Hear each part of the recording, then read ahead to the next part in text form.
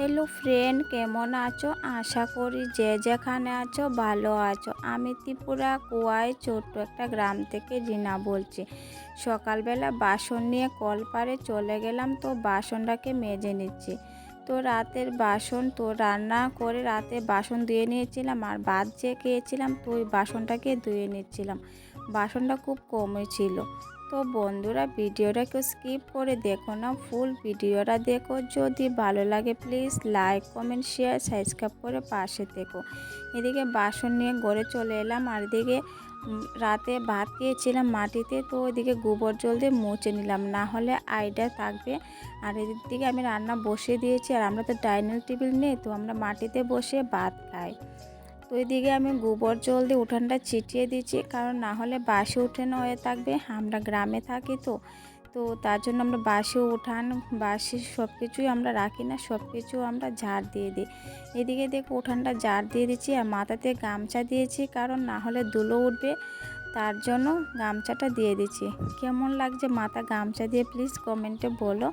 এদিকে দেখো কত পাতা পড়ে আছে, সাজনা পাতা, কাটল গাছের পাতা। গ্রামে তো গাছপালা থাকলে ভীষণ ভালো লাগে, আর বাতাসও আসে। এদিকে বারান্দাটাও ঝাড় দিয়ে দিচ্ছি, ঘরটা ঝাড় দিয়ে। তো এদিকে মাথাতে গামছা এখনও আছে।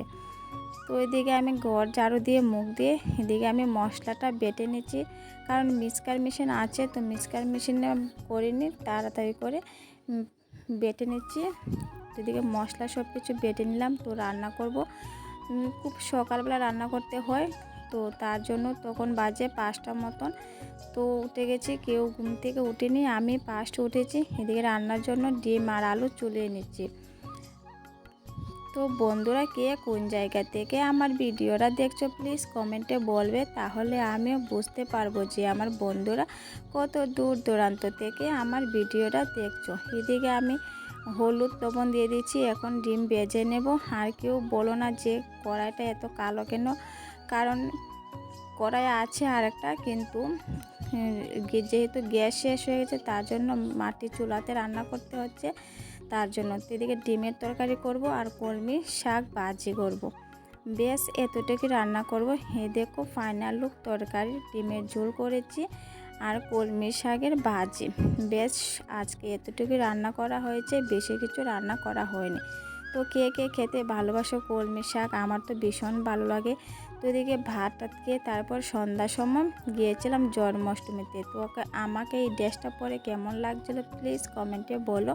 এই ড্রেসটা নতুন কিনেছি, তো রেডি হচ্ছিলাম, আর একটু তোমাদের সাথে শেয়ার করেছিলাম।